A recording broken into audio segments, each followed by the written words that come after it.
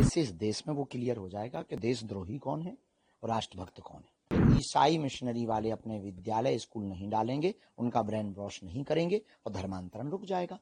यही एक सर्वोत्तम उपाय है। वो गांव गांव में घर घर जाकर के ब्रेन वॉश करते हैं, चमत्कारों के नाम पर ब्रेन वॉश करते हैं, लालच देकर के ब्रेन वॉश करते हैं। क्या मंदिरों में जो आरतियां होती है मंदिर मठों में, तो क्या इन आरतियों के पश्चात वंदे मातरम गीत होने चाहिए? जिस तरीके से आप एक तरफ हिंदू राष्ट्र की संकल्पना लेकर निकल पड़े हैं और हिंदू राष्ट्र बनाने को लेकर सनातन एकता यात्रा शुरू कर रहे हैं। सनातनियों की एकता पद यात्रा का प्रमुख लक्ष्य तो अभी वर्तमान में भेदभाव और जात पात को मिटाना है, परंतु अगर मंदिरों में ये प्रयोग की जाती है या पहल की जाती है, निश्चित रूप से बहुत अद्भुत होगी, अनूठी होगी। इससे इस देश में वो क्लियर हो जाएगा कि देशद्रोही कौन है और राष्ट्रभक्त कौन है। तो निश्चित तौर से मंदिरों में वंदे मातरम गीत, हम तो कहते हैं मस्जिदों में भी होना चाहिए। महाराज, जिस तरीके से सूचना हो रही है कि ये बल्कि देखा जा रहा है कि लगातार धर्मांतरण के मामले सामने आ रहे हैं देश के कोने कोने जहाँ आदिवासी इलाके हैं। तो ऐसे धर्मांतरण इन दिनों बहुत बड़ा मुद्दा बना हुआ है। तो ऐसे में इस तरह की यात्रा चल रही है जिसमें धर्मांतरण को लेकर आप किस नजर? देखिए, ये बहुत बड़ा विषय तो है कि धर्मांतरण है, पर कारण क्या है ये भी बहुत बड़ा विषय है।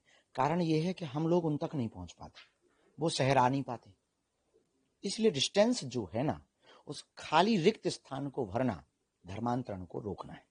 रिक्त स्थान कैसे भरेगा?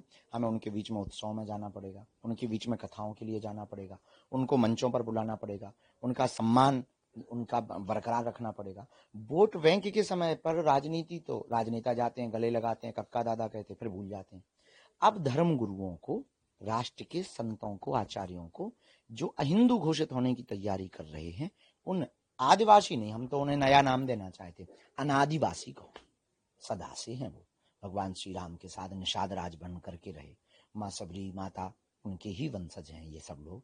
निश्चित रूप से बहुत अद्भुत लोग हैं और उनको उनके धर्मांतरण पर रोक लगाने की यही उपाय है।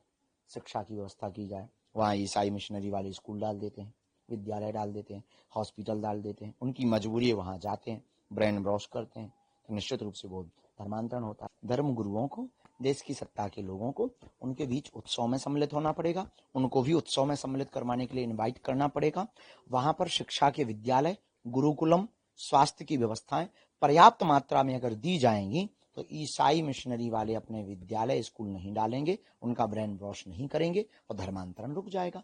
यही एक सर्वोत्तम उपाय है। जैसे कि छत्तीसगढ़ इलाके हुए अन्य इलाके हैं, सरकार तमाम योजना देने की बात करते हैं, फिर भी इस तरीके से वो धर्मांतरण कर रहे हैं। उसके पीछे है कि उन लोगों की जो श्रृंखला है वो बहुत मजबूत है।